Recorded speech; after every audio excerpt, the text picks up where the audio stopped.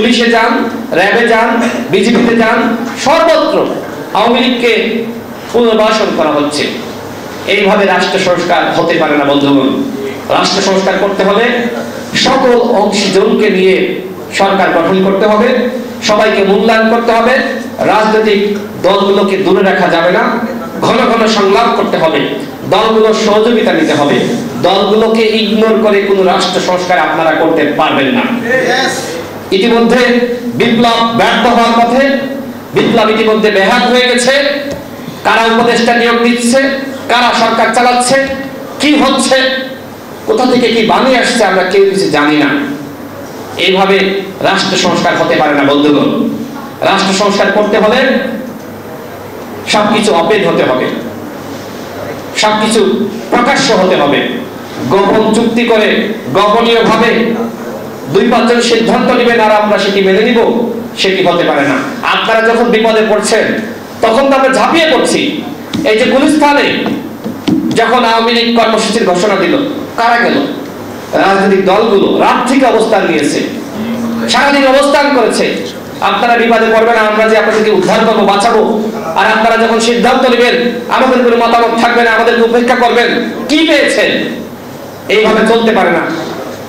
আমরা রাষ্ট্র সংস্কার চাই, আমরা আপনাদেরকে সহযোগিতা করতে চাই। রাষ্ট্র সংস্কার শুধুমাত্র এই অন্তর্বর্তীকালীন সরকারের কয়েকজন উপদেষ্টার স্বপ্ন না, এই স্বপ্ন আমরা দেখেছি। 2018 সালের কোন সংস্কার আন্দোলন আমরা করার পরে, আমরা যখন 2021 সালে দল গঠন করি, সেই সময় আমরা বলেছি আমরা কোন সংস্কার আন্দোলন সফল করেছি, এখন রাষ্ট্র সংস্কার করতে হবে। আজকে প্রত্যেকটা দল রাষ্ট্র সংস্কার চাই। বিএনপি চাই, জামাত চাই, কে চায় না? জনতার অধিকার পার্টি চাই, জাগপা চাই, দেশ বাঁচা মানুষ বাঁচা আন্দোলনে আমাদের রিপন ভাই চাই। এখানে যারা আছে প্রত্যেকে রাষ্ট্র সংস্কার চাই। আমরা কেউ রাষ্ট্র সংস্কারের বাইরে না। কিন্তু আপনারা যদি মনে করেন যে আপনারাই শুধু রাষ্ট্র সংস্কার চান আর কেউ চায় না, তাহলে সেটি ভুল। সর্বশেষ বলবো, গণ অভ্যুত্থানের চেতনা থেকে দূরে সরে যাবেন না। 1500 মানুষ শহীদ হয়েছে, 30,000 মানুষ আহত হয়েছে। এইবার যদি রাষ্ট্র সংস্কার না হয়, দেশের পরিবর্তন না হয়, তাহলে আর কোনদিন এদেশের মানুষ রাজপথে নামবে না, জীবন দিবে না, রাষ্ট্র সংস্কার হবে না। সুতরাং ডক্টর ইউনূস স্যারের প্রতি শ্রদ্ধা রেখে বলছি, সকলকে নিয়ে সিদ্ধান্ত নিন।